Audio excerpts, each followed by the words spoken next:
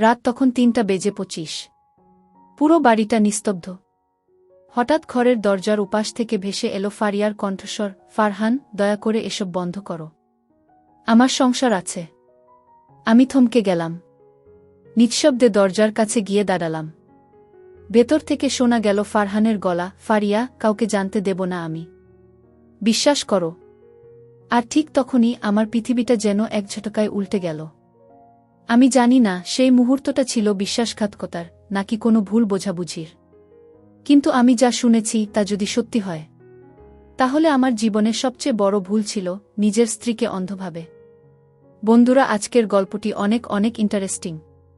আশা করি তোমরা পুরো গল্পটি শুনলে অনেক মজা পাবে। তবে বন্ধুরা, গল্পটি শুরু করার পূর্বে তোমাদের নিকট আমার ছোট্ট একটা অনুরোধ। তোমরা দয়া করে আমার চ্যানেলটিকে সাবস্ক্রাইব করে আমাকে সাপোর্ট করবা। তো তাহলে চলো বন্ধুরা, গল্পটি শুরু করি। হ্যালো বন্ধুরা, আমি জিহান হক। আমি বাংলাদেশের একজন সাধারণ ছেলে। কর্মজীবনের তাগিদে রাজধানী ঢাকার একটি কোলাহলপূর্ণ এলাকায় একাই থাকি। প্রতিদিন সকালে ঘুম থেকে উঠে কর্মস্থলে যাওয়া আর দিন শেষে ক্লান্ত শরীর নিয়ে নিদে ফেরা, এটাই আমার জীবন। তবে এই সাদামাটা জীবনের আড়ালেও লুকিয়ে আছে এক গভীর দীর্ঘশ্বাস আর অব্যক্ত কষ্টের গল্প। গল্পটি হলো আমার স্ত্রী ফারিয়াকে নিয়ে। আমি কর্মে চলে গেলে আমার স্ত্রী তার বন্ধুদের নিয়ে হাসাহাসি করত, আড্ডা দিত। অথচ আমি তাকে সরলভাবে বিশ্বাস করতাম। আমার জীবনের এই গল্পের শুরুটা হয়েছিল আজ থেকে প্রায় ৩ বছর আগে, জনপ্রিয় অ্যাপ টিকটকের মাধ্যমে। স্ক্রল করতে করতে হঠাৎই একটি মেয়ের ভিডিওতে আমার চোখ আটকে যায়। মেয়েটির নাম ফারিয়া সাবরিন। তার হাসিমাখা মুখ, চঞ্চল চোখের ইশারা আর প্রাণবন্ত অভিনয়ের মধ্যে অদ্ভুত এক মায়া ছিল। তার ভিডিওগুলোতে কোনো অশ্লীলতা ছিল না, ছিল কেবলই নির্মল আনন্দ। আমি তার আইডিতে গিয়ে তার সবগুলো ভিডিও একে একে দেখে ফেললাম। নিজের অজান্তেই তার প্রতি এক ধরনের ভালো লাগা কাজ করতে শুরু করে। সেই ভালো লাগা থেকেই তাকে ফলো করি এবং তার একটি ভিডিওতে প্রশংসাসূচক মন্তব্য করি। আমার মন্তব্যের প্রতি উত্তরে সে যখন ধন্যবাদ জানালো, তখন থেকেই আমাদের মধ্যে টুকটাক কথা শুরু হলো। প্রথমে টিকটকের কমেন্ট বক্স, তারপর ফেসবুক মেসেঞ্জার। আমরা আবিষ্কার করলাম আমাদের দুজনের চিন্তাভাবনা ও পছন্দের মধ্যে অনেক মিল। ধীরে ধীরে আমাদের কথার পরিধি বাড়তে থাকল। দিনের ক্লান্তি শেষে বাসায় ফিরে তার সাথে কথা বলা আমার একটা অভ্যাসে পরিণত হয়েছিল। রাত জেগে আমরা নিজেদের স্বপ্ন, ভবিষ্যৎ পরিকল্পনা আর জীবনের নানা ছোট বড় গল্প একে অপরের সাথে ভাগ করে নিতাম। এই ভার্চুয়াল জগতের আলাপচারিতা কখন যে আমাদের মধ্যে এক গভীর বন্ধুত্বপূর্ণ সম্পর্ক তৈরি করে দিয়েছিল, তা আমরা নিজেরাও টের পাইনি। বন্ধুত্ব কখন যে চুপি চুপি ভালোবাসার রূপ নিল, তা ছিল এক বিস্ময়কর অনুভূতি। ফারিয়ার কণ্ঠ না শুনলে, তার খোঁজ না নিলে আমার দিনটাই যেন শূন্য মনে হতো। ২ বছর ধরে আমাদের এই সম্পর্ক গভীর থেকে গভীরতর হতে থাকে। আমরা বুঝতে পারছিলাম আমরা একে অপরকে ছাড়া অসম্পূর্ণ। তাই একদিন আমরা দুজনেই আমাদের সম্পর্ককে পূর্ণতা দেওয়ার সিদ্ধান্ত নিলাম, আমরা বিয়ে করব। আমার পৃথিবীটা তখন রঙিন স্বপ্নে ভরপুর। আমি ভেবেছিলাম আমার এই ভালোবাসার কথা পরিবারকে জানালে তারাও নিশ্চয়ই খুশি হবে। কিন্তু বাস্তবতা ছিল ঠিক তার উল্টো। আমি যখন আমার বাবা মায়ের কাছে ফারিয়ার কথা বললাম এবং জানালাম যে তার সাথে আমার পরিচয় টিকটকে, তখন তাদের মুখ থমথমে হয়ে গেল। বাবা সরাসরি বলে দিলেন, যেসব মেয়েরা টিকটক করে তারা ঘরের বউ হিসেবে ভালো হয় না, তাদের চরিত্র ঠিক থাকে না। আমরা এমন মেয়ের সাথে তোমার বিয়ে দিতে পারব না। মায়ের চোখেও ছিল ঘোর আপত্তি। আমি তাদের অনেক বোঝানোর চেষ্টা করলাম যে ফারিয়া অন্য সবার মতো নয়, সে খুব ভালো একটা মেয়ে। কিন্তু আমার সব যুক্তি তাদের সিদ্ধান্তের সামনে হেরে গেল। বাবা মায়ের অমত থাকা সত্ত্বেও আমি ফারিয়াকে হারানোর কথা ভাবতে পারছিলাম না। আমাদের ২ বছরের ভালোবাসা, একসাথে দেখা স্বপ্নগুলো, কিছুই আমি বিসর্জন দিতে প্রস্তুত ছিলাম না। তাই আমরা এক কঠিন সিদ্ধান্ত নিলাম।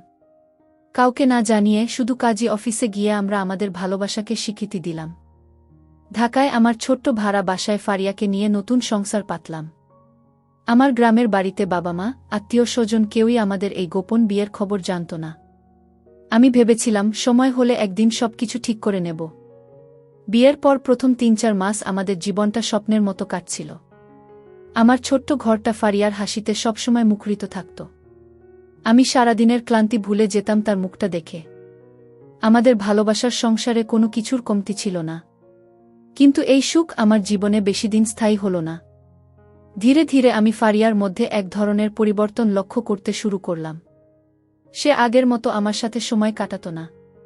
তার বেশিরভাগ সময় কাটত টিকটক, ফেসবুক আর মেসেঞ্জারের ভার্চুয়াল জগতে। আমি যখন ক্লান্ত শরীর নিয়ে বাসায় ফিরতাম এক কাপ চায়ের আশায়, তখন দেখতাম সে মোবাইল স্ক্রিনে বুঁদ হয়ে আছে। আমার উপস্থিতি যেন তার কাছে কোনো গুরুত্বই বহন করত না। প্রথম দিকে বিষয়টা আমি স্বাভাবিকভাবেই নেওয়ার চেষ্টা করেছি, কিন্তু দিন দিন তার এই আসক্তি বাড়তেই থাকল। আমাদের মধ্যে দূরত্ব সৃষ্টি হতে শুরু করল। একদিন রাতে কাজ থেকে ফিরে দেখি ফারিয়া গভীর ঘুমে আচ্ছন্ন, তার পাশে মোবাইল ফোনটা তখনও জ্বলজ্বল করছে। আমার মনে এক অজানা কৌতূহল জাগল।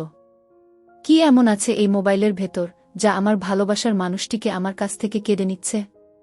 অনেক দ্বিধা নিয়ে আমি তার ফোনটা হাতে তুলে নিলাম। কাপা কাপা হাতে তার মেসেঞ্জার খুলতেই আমার পায়ের নিচের মাটি যেন সরে যাচ্ছিল। একটি ছেলের সাথে তার এমন সব কথাবার্তা, এমন সব ছবি বিনিময় হয়েছে, যা একজন বিবাহিত নারীর পক্ষে কল্পনাও করা যায় না। আমার নিঃশ্বাস বন্ধ হয়ে আসছিল, মনে হচ্ছিল আমার হৃৎপিণ্ডটা কেউ যেন ধারালো ছুরি দিয়ে চিরে ফেলছে। সেই মুহূর্তে আমি পরিষ্কার বুঝতে পারছিলাম, আমার অগোচরে আমার বাসায় সারাদিন কি হয়। তাহলে কি বাবা মায়ের কথাই সত্যি হল? টিকটকের মেয়েরা ভালো হয় না, এই কথাটা কি তবে আমার জীবনে অভিশাপ হয়ে এলো? আমার ভালোবাসা কি তবে ভুল ছিল? এই প্রশ্নগুলো আমার ভেতরটাকে দুমড়ে মুচড়ে দিচ্ছিল। সেই রাতে ফারিয়ার মেসেঞ্জারের লেখাগুলো আমার পৃথিবীটাকে ওল্টপাল্ট করে দিয়েছিল। আমি কাপা কাপা হাতে ফোনটা আগের জায়গা রেখে দিলাম, যেন কিছুই দেখিনি। আমার স্ত্রী, যাকে আমি পৃথিবীর সবকিছু ভেবে ভালোবেসেছিলাম, সে আমার পাশেই নিষ্পাপ শিশুর মতো ঘুমিয়ে আছে। অথচ তার ভার্চুয়াল জগতের রূপটা কতটা ভয়ঙ্কর, তা ভাবতেই আমার শরীর হিম হয়ে আসছিল। মনে হচ্ছিল আমি হয়তো কোনো দুঃস্বপ্ন দেখছি, ঘুম ভাঙলেই সব ঠিক হয়ে যাবে। কিন্তু আমার মনের ভেতর যে তীব্র যন্ত্রণা হচ্ছিল, তা আমাকে বারবার মনে করিয়ে দিচ্ছিল, এটা কোনো স্বপ্ন নয়, এটাই আমার জীবনের কঠিন বাস্তবতা। সেই রাতে আমি এক মুহূর্তের জন্য ঘুমাতে পারিনি। ফারিয়ার পাশে শুয়ে থেকেও মনে হচ্ছিল আমি যেন হাজার মাইল দূরে কোনো এক অপরিচিত মানুষের সাথে শুয়ে আছি। পরের দিন সকালে ঘুম থেকে উঠে আমি স্বাভাবিক থাকার আপ্রাণ চেষ্টা করলাম, কিন্তু আমার ভেতরটা তখন এক আগ্নেয়গিরির মতো জ্বলছিল। ফারিয়া ঘুম থেকে উঠে আমার দিকে তাকিয়ে একগাল হাসল, জিজ্ঞেস করল আমার শরীর খারাপ কিনা, কারণ আমার চোখ দুটো লাল হয়েছিল। তার এই অভিনয় দেখে আমার ঘৃণা হচ্ছিল, কিন্তু আমি নিজেকে সামলে নিলাম। কোনোমতে নাস্তা সেরে আমি অফিসের জন্য বেরিয়ে পড়লাম। রাস্তায় হাঁটতে হাঁটতে আমার শুধু বাবা মায়ের কথাগুলোই কানে বাজছিল। তারা হয়তো সেদিন ফারিয়ার ভেতরটা দেখতে পেয়েছিলেন, যা আমি ভালোবাসার মোহে দেখতে পাইনি। আমার নিজের সিদ্ধান্তের উপর তীব্র আফসোস হচ্ছিল, মনে হচ্ছিল আমি নিজেই নিজের পায়ে কুড়াল মেরেছি। কর্মস্থলে গিয়েও আমি কোনো কিছুতে মন বসাতে পারছিলাম না। আমার চোখের সামনে বারবার শুধু মেসেঞ্জারের সেই লেখাগুলো আর ফারিয়ার হাসিমুখটা ভেসে উঠছিল। আমি বুঝতে পারছিলাম এই বিষয়টা শুধু অনলাইন চ্যাটিংয়ের মধ্যেই সীমাবদ্ধ নেই। তার কথাবার্তায় এটা স্পষ্ট ছিল যে সে আমার অনুপস্থিতিতে বাইরেও দেখা করে। তার সেই খারাপ বন্ধুদের সাথে সে কোথায় যায়, কি করে, এই চিন্তাগুলো আমাকে কুরে কুরে খাচ্ছিল। আমার মনে হচ্ছিল আমি যদি এখনই কোনো পদক্ষেপ না নিই, তাহলে ফারিয়া এমন এক অন্ধকার জগতে হারিয়ে যাবে, যেখান থেকে তাকে ফিরিয়ে আনা আর সম্ভব হবে না। শুধু মেসেজের উপর ভিত্তি করে তাকে কিছু বললে সে হয়তো পুরোটাই অস্বীকার করবে, তাই আমার হাতে কার্যজনক প্রমাণ থাকা দরকার ছিল। অনেক ভেবেচিন্তে আমি এক কঠিন সিদ্ধান্ত নিলাম। আমি ফারিয়াকে হাতে নাতে ধরব। আমি দেখতে চাই সে আমার অগোচরে ঠিক কি করে। এই জন্য আমি অফিসে অসুস্থতার কথা বলে একদিনের ছুটি নিলাম, কিন্তু ফারিয়াকে কিছুই জানালাম না। আমি তাকে বুঝতে দিতে চাইনি যে আমার মনে কোনো সন্দেহ জেগেছে। আমি আগের মতোই তার সাথে স্বাভাবিক ব্যবহার করতে লাগলাম, যদিও আমার মনের ভেতরটা একটা তীব্র ঝড় বয়ে যাচ্ছিল। আমার পরিকল্পনা ছিল আমি প্রতিদিনের মতো সকালে অফিসের জন্য বের হয়ে যাব এবং তারপর লুকিয়ে তার গতিবিধির উপর নজর রাখব। এই কাজটা করার কথা ভাবতে আমার নিজেরই কষ্ট হচ্ছিল, কিন্তু ফারিয়াকে সত্যের মুখোমুখি দাঁড় করানোর জন্য এছাড়া আমার আর কোনো উপায় ছিল না। সেই দিনটি এলো।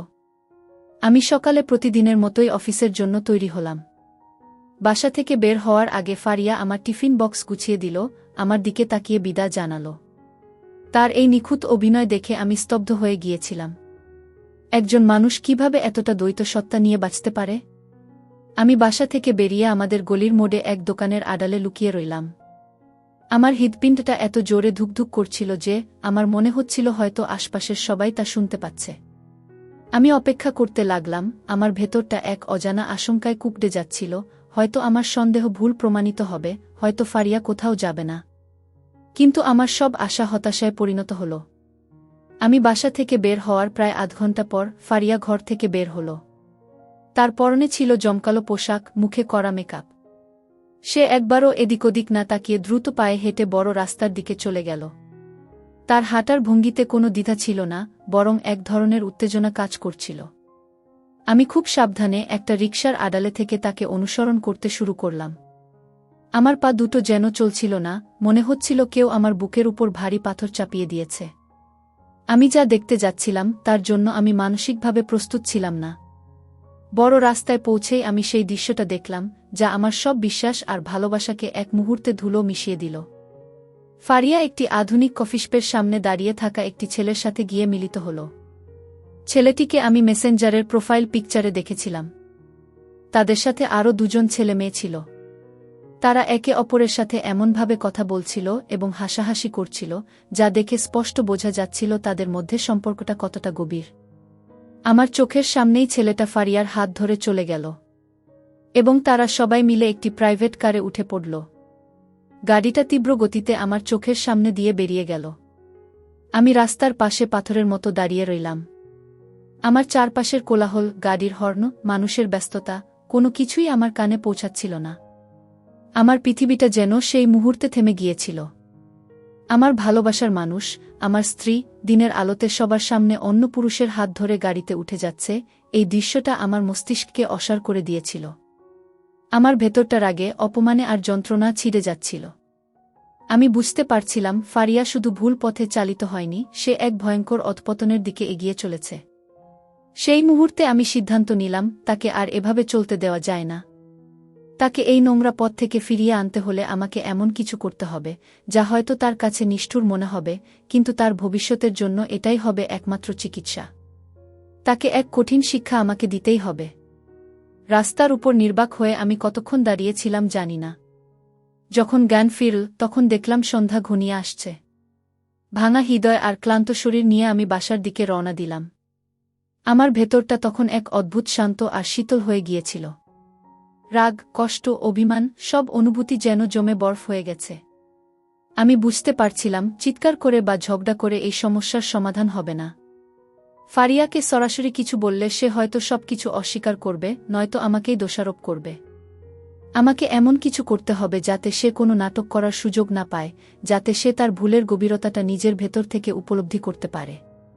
তাকে এমন এক আয়নার সামনে দাঁড় করাতে হবে, যেখানে সে নিজের কদর্য রূপটা দেখে নিজেই আঁতকে ওঠে। বাসায় ফিরে খালি ঘরটা আমার দিকে তাকিয়ে যেন উপহাস করছিল। এই ঘর আমি আর ফারিয়া কত স্বপ্ন দিয়ে সাজিয়েছিলাম। দেয়ালের প্রতিটা জিনিস, বারান্দার ছোট ছোট ফুলের টব, সবকিছুর মধ্যে আমাদের ভালোবাসার স্মৃতি জড়িয়েছিল। কিন্তু আজ সেই ভালোবাসা আমার কাছে এক বিভীষিকার মতো মনে হচ্ছিল। আমি চেয়ারে বসে অনেকক্ষণ ভাবলাম। আমার মাথায় তখন প্রতিশোধের আগুন জ্বলছিল না, বরং এক ধরনের জেদ কাজ করছিল। আমি আমার ভালোবাসা, আমার সংসারকে এত সহজে শেষ হয়ে যেতে দিতে পারি না। ফারিয়া যে ভুলের পথে পা বাড়িয়েছে, সেখান থেকে তাকে ফিরিয়ে আনার শেষ চেষ্টা আমি করব। আর সেই চেষ্টার পথটা সাধারণ হবে না, হবে একটু অন্যরকম। অনেক ভাবার পর আমার মাথায় একটি পরিকল্পনা এলো।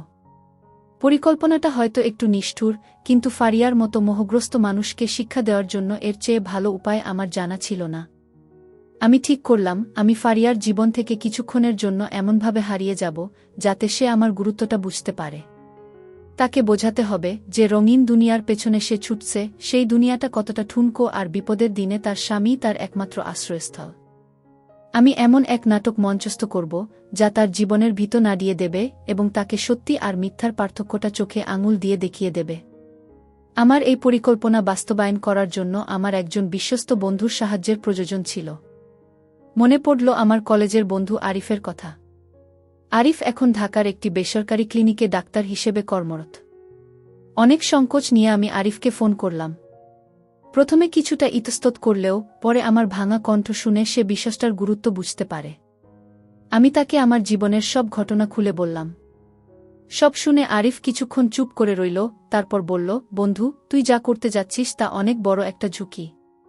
কিন্তু আমি বুঝতে পারছি তোর সংসারটা বাঁচানোর জন্য তুই কতটা মরিয়া। আমি তোকে সাহায্য করব। বন্ধুর আশ্বাস পেয়ে আমার বুকে কিছুটা সাহস ফিরে এলো। আমি আর আরিফ মিলে পুরো পরিকল্পনাটা সাজিয়ে ফেললাম। পরিকল্পনা অনুযায়ী আমি সন্ধ্যায় বাসা থেকে বের হয়ে যাব। এরপর আরিফ তার ক্লিনিক থেকে ফারিয়াকে ফোন করে জানাবে যে আমি এক ভয়াবহ সড়ক দুর্ঘটনার শিকার হয়েছি এবং আমার অবস্থা খুবই আশঙ্কাজনক। তাকে এমনভাবে কথাগুলো বলতে হবে যাতে ফারিয়ার মনে বিন্দুমাত্র সন্দেহের অবকাশ না থাকে। আমরা ঠিক করলাম আমার মাথায় ও পায়ে ব্যান্ডেজ করা থাকবে এবং আমি অজ্ঞান হয়ে পড়ে থাকার ভান করব। আরিফ ফারিয়াকে বোঝাবে যে আমার জ্ঞান ফিরতে অনেক সময় লাগতে পারে এবং আমার পাটা হয়তো মারাত্মকভাবে ক্ষতিগ্রস্ত হয়েছে, যা আমার বাকি জীবনটাকে প্রভাবিত করতে পারে। সেদিন সন্ধ্যায় ফারিয়া যখন তার বন্ধুদের সাথে ঘুরে বাসায় ফিরল, তার চোখে মুখে ছিল আনন্দের ছাপ। আমাকে দেখে সে স্বাভাবিকভাবেই কথা বলল, যেন কিছুই হয়নি। আমি তার দিকে তাকিয়ে শুধু ভাবছিলাম এই হাসি খুশি মুখের আড়ালে কতটা প্রতারণা লুকিয়ে আছে। আমি তার সাথে খুব বেশি কথা না বলে বললাম, অফিসের এক জরুরি কাজে আমাকে বাইরে যেতে হচ্ছে, ফিরতে রাত হবে। আমার কণ্ঠের শীতলতা হয়তো সে খেয়াল করেনি। আমি বাসা থেকে বেরিয়ে সোজা আরিফের ক্লিনিকে চলে গেলাম। আমার ভেতরটা এক অদ্ভুত অপরাধবোধ আর চাপা উত্তেজনায় কাঁপছিল। আমি যা করতে যাচ্ছিলাম তা এক ধরনের প্রতারণা, কিন্তু আমার কাছে তখন এটাই একমাত্র পথ বলে মনে হচ্ছিল। ক্লিনিকে পৌঁছানোর প্রায় 2 ঘন্টা পর পরিকল্পনা অনুযায়ী আরিফ ফারিয়ার নম্বরে ফোন দিল। আমি পাশেই বসে শুনতে পারছিলাম। আরিফ অত্যন্ত গম্ভীর ও পেশাদার কণ্ঠে ফারিয়াকে জানালো, আমি ডাক্তার আরিফ বলছি। আপনার স্বামী জিহান হক একটি মারাত্মক রোড অ্যাক্সিডেন্ট করে আমাদের ক্লিনিকে ভর্তি হয়েছেন। ওনার অবস্থা ভালো না। মাথায় প্রচণ্ড আঘাত লেগেছে আর ডান পাটা ভেঙে গেছে। আপনি যত দ্রুত সম্ভব চলে আসুন। ফোনের উপাস থেকে ফারিয়ার আতঙ্কিত কণ্ঠস্বর ভেসে এলো। তার গলা শুকিয়ে গিয়েছিল, সে ঠিকমতো কথাই বলতে পারছিল না। আরিফ ফোনটা রেখে আমার দিকে তাকিয়ে ইশারা করল, নাটকের প্রথম অঙ্ক সফল হয়েছে। কিছুক্ষণের মধ্যেই আমি ক্লিনিকের করিডোরে ফারিয়ার দৌড়ে আসার শব্দ পেলাম। তার কান্নার আওয়াজ আমার কানে এসে বিঁধছিল। সে পাগলের মতো নার্সদের কাছে আমার কথা জিজ্ঞেস করছিল। আরিফ তাকে আমার কেবিনের দিকে নিয়ে এলো। আমি বেডে শুয়ে চোখ বন্ধ করেছিলাম, আমার মাথায় ও পায়ে তখন মোটা করে ব্যান্ডেজ বাঁধা। ফারিয়া কেবিনে ঢুকেই আমার নিথর দেহটা দেখে জিহান বলে এক আর্তচিৎকার করে আমার উপর আছড়ে পড়ল। তার সেই কান্নায় ভয়, আতঙ্ক আর ডিপ্রেশন মিশেছিল। সে হয়তো তখন প্রথমবার উপলব্ধি করছিল, আমি যদি সত্যিই তার জীবন থেকে হারিয়ে যাই তাহলে তার কি হবে। তার সেই মেকি রঙিন দুনিয়া নয়, বাস্তবতার এই কঠিন ধাক্কাটাই তার সবচেয়ে বড় শিক্ষা হতে চলেছে, এটা আমি নিশ্চিত ছিলাম। ফারিয়ার আর্তনাদ আর কান্নায় ক্লিনিকের সেই ছোট্ট কেবিন ভারী হয়ে উঠেছিল। সে আমার নিথর দেহের উপর পড়ে বারবার বিলাপ করছিল, আমার কি হবে? আমি এখন কোথায় যাব? তুমি উঠে পড়ো জিহান, আমার সাথে কথা বলো। তার প্রতিটি কথায় ছিল গভীর আতঙ্ক আর অবলম্বন হারানোর ভয়। আমার বন্ধু ডাক্তার আরিফ অত্যন্ত দক্ষতার সাথে তার অভিনয় চালিয়ে যাচ্ছিল। সে ফারিয়ার কাঁধে হাত রেখে তাকে সান্ত্বনা দেওয়ার চেষ্টা করে বলল, ভাবি, মনটাকে শক্ত করুন। আমরা আমাদের সর্বোচ্চ চেষ্টা করছি। ওনার জ্ঞান ফিরলেই বোঝা যাবে আঘাতটা ঠিক কতটা গুরুতর। আপনি বরং ওনার পাশে থাকুন, আপনার উপস্থিতি হয়তো ওনার জন্য ভালো হবে। আরিফের কথায় ফারিয়া যেন কিছুটা শক্তি ফিরে পেল, সে আমার হাতটা শক্ত করে ধরে আমার পাশে বসে রইল। আরিফ আমাকে আর ফারিয়াকে কেবিনে একা রেখে বাইরে চলে গেল, যাতে ফারিয়া নিজের সাথে বোঝাপড়া করার কিছুটা সময় পায়। এই সময়টুকু তার জন্য ছিল আত্মোপলব্ধির। আমি চোখ বন্ধ করে থাকলেও তার প্রতিটি নিঃশ্বাস, প্রতিটি ফোপানো কান্নার শব্দ শুনতে পাচ্ছিলাম। আমি অনুভব করতে পারছিলাম তার ভেতরটা তোলপাড় হয়ে যাচ্ছে। কিছুক্ষণ আগের সেই উচ্ছল, রঙিন ফারিয়া এখন এক বিবর্ণ, ভীতসন্ত্রস্ত নারী। সে হয়তো ভাবছিল যে বন্ধুদের সাথে সে আজ সময় কাটিয়ে এলো, বিপদের এই মুহূর্তে তারা কোথায়? যে ছেলেটির জন্য সে আমার সাথে প্রতারণা করছিল, সে কি এখন তার পাশে এসে দাঁড়াবে? এই প্রশ্নগুলোই ছিল আমার সাজানো নাটকের মূল উদ্দেশ্য। কিছুক্ষণ পর ফারিয়া আমার হাতটা ছেড়ে দিয়ে তার ফোনটা হাতে নিল। আমি বুঝলাম সে এবার তার সেই বন্ধুদের সাথে যোগাযোগের চেষ্টা করবে। আমি কান পেতে রইলাম। সে প্রথমে তার সেই বিশেষ বন্ধু ছেলেটিকে ফোন দিল। ফোনটা রিং হওয়ার পর ওপাশ থেকে যখন হ্যালো বলল, ফারিয়া কান্নাজড়িত কণ্ঠে তাকে আমার দুর্ঘটনার কথা জানালো এবং তাকে দ্রুত ক্লিনিকে আসতে বলল। কিন্তু ছেলেটির প্রতিক্রিয়া ছিল সম্পূর্ণ অপ্রত্যাশিত। সে অবাক হয়ে বলল, অ্যাক্সিডেন্ট? কিভাবে? এখন আমি তো অনেক দূরে, বাসায় যেতে পারব না। তুমি বরং সামলে নাও, সকালে কথা বলবো। এই বলে সে ফোনটা কেটে দিল। ফারিয়া যেন বিশ্বাস করতে পারছিল না, যার জন্য সে এত কিছু করছিল, বিপদের মুহূর্তে তার কাছ থেকে এই শীতল ব্যবহার পাবে। এরপর সে একে একে তার অন্য বন্ধুদেরও ফোন করল। কিন্তু ফলাফল হলো একই। কেউ ব্যস্ততার অজুহাত দেখালো, কেউ আবার হাসপাতালের নাম শুনেই ভয়ে পিছিয়ে গেল। যে মানুষগুলোর সাথে সে হাসত তাদেরকে বন্ধু মনে করত। বিপদের মুহূর্তে তাদের কেউই তার পাশে দাঁড়ানোর জন্য এগিয়ে এলো না। ফারিয়া সম্পূর্ণ একা হয়ে গেল। তার এতদিনের রঙিন বুদবুদটা এক মুহূর্তেই ফেটে গেল এবং সে কঠিন বাস্তবতার মুখোমুখি হল। সে বুঝতে পারল এই মানুষগুলো ছিল কেবলই তার ভালো সময়ের সঙ্গী, তার প্রয়োজনের সঙ্গী নয়। তার কান্না এবার আর শুধু ভয়ের ছিল না, সেই কান্নায় মিশে ছিল তীব্র অনুশোচনা আর নিজের ভুলের উপলব্ধি। সে আবারও আমার পাশে এসে বসে আমার হাত ধরে অঝরে কাঁদতে লাগল। ফারিয়ার এই ভেঙে পড়াটা দেখার পর আমি বুঝলাম, আমার পরিকল্পনার প্রথম ধাপ সফল হয়েছে। সে তার ভুলের জগৎ এবং বাস্তবতার মধ্যে পার্থক্যটা করতে শুরু করেছে। যখন আমি নিশ্চিত হলাম যে তার অনুশোচনা সত্যিকারের, তখন আমি ধীরে ধীরে চোখ খোলার ভান করলাম। মৃদু স্বরে আমি তার নাম ধরে ডাকলাম, ফারিয়া। আমার কণ্ঠ শুনে সে চমকে উঠল, অবিশ্বাস্য দৃষ্টিতে আমার দিকে তাকাল। আমার জ্ঞান ফিরেছে দেখে তার মুখে যেন অমাবস্যার পর পূর্ণিমার চাঁদ দেখা দিল। সে কান্নাভেজা চোখে হেসে ফেলে বলল, জিহান, তুমি ঠিক আছো? আমি তোমার পাশে আছি। আমি তোমাকে কোথাও যেতে দেব না। আমি তোমার সেবা করব, তোমাকেই আমার সব। তার এই কথাগুলোর মধ্যে কোনো অভিনয় ছিল না, ছিল কেবলই অন্যরকম অনুভূতি। তার কথাগুলো শুনে আমার হৃদয়টা ভারাক্রান্ত হয়ে উঠল। আমি আর অভিনয় চালিয়ে যেতে পারলাম না। আমি ধীরে ধীরে বেডে উঠে বসলাম। তারপর তার চোখের দিকে তাকিয়ে শান্ত কিন্তু দৃঢ় গলায় বললাম, ফারিয়া, আমার কোনো অ্যাক্সিডেন্ট হয়নি।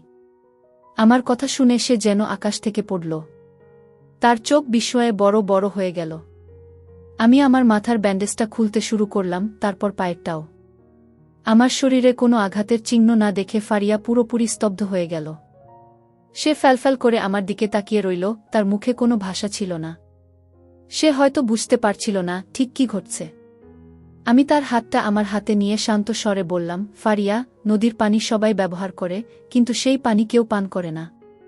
ঠিক তেমনি প্রত্যেকটা পুরুষেরই স্বাভাবিক স্বভাব হল অন্যের স্ত্রীর প্রতি সহানুভূতি দেখানো, তাকে সুযোগের সদ্ব্যবহার করা।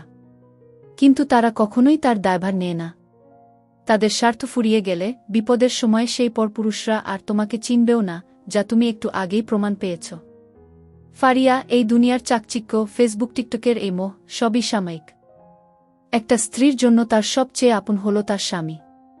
আমার কথাগুলো শুনে ফারিয়া আর নিজেকে ধরে রাখতে পারল না। সে আমার পায়ের উপর পড়ে হু হু করে কেঁদে ফেল। তার কান্নায় ছিল তার সব ভুলের স্বীকারোক্তি। সে কাঁদতে কাঁদতে বলল, আমি বুঝতে পারিনি। আমি মোহের মধ্যে অন্ধ হয়ে গিয়েছিলাম। আমাকে ক্ষমা করে দাও জিহান, আমি আমার ভুল বুঝতে পেরেছি। আমি আর কোনোদিন তোমাকে কষ্ট দেব না। আমি তাকে মাটি থেকে তুলে আমার বুকে জড়িয়ে ধরলাম। আমার চোখেও তখন জল। আমি বললাম, পৃথিবীতে বেঁচে থাকার জন্য স্বামী হল স্ত্রীর শ্রেষ্ঠ অবলম্বন এবং মৃত্যুর আগ পর্যন্ত সুখে দুঃখে, বিপদে আপদে স্বামী একমাত্র শ্রেষ্ঠ নিরাপত্তার স্থান। সুতরাং অতীতের সবকিছু মন থেকে বাদ দিয়ে সুষ্ঠু, স্বাভাবিক জীবনের পথে ফিরে আসো। আমি তোমাকে শেষবারের মতো একটা সুযোগ দিতে চাই। সেই রাতে ক্লিনিকের সেই ছোট্ট কেবিনে শুধু দুটো অনুতপ্ত হৃদয়ের কান্না মিশেছিল, একটি ভুলের পথ থেকে ফিরে আসার, অন্যটি নিজের সংসারকে বাঁচানোর। আমি জানতাম আমাদের সম্পর্কের এই ক্ষত শুকোতে সময় লাগবে, কিন্তু আমি এও বিশ্বাস করতাম এই কঠিন শিক্ষাটাই হয়তো আমাদের ভালোবাসাকে নতুন করে বাঁচিয়ে তুলেছে। বন্ধুরা, আজকে এই পর্যন্তই। আবারও আসব তোমাদের মধ্যে নতুন কোনো ভিডিও নিয়ে। ভিডিওটি যদি তোমাদের ভালো লাগে তাহলে একটি লাইক দাও। প্রতিদিন আমি তোমাদেরকে একটা করে নতুন গল্প উপহার দিব। তাই তোমাদেরকে অনুরোধ করে বলছি, তোমরা যদি এই রকম ধরনের ইন্টারেস্টিং গল্প পেতে চাও তাহলে দয়া করে আমার চ্যানেলটি সাবস্ক্রাইব করো। পরিশেষে তোমাদের সকলের সুস্বাস্থ্য কামনা করি। ভিডিওটি দেখার জন্য তোমাদের সকলকে অসংখ্য ধন্যবাদ।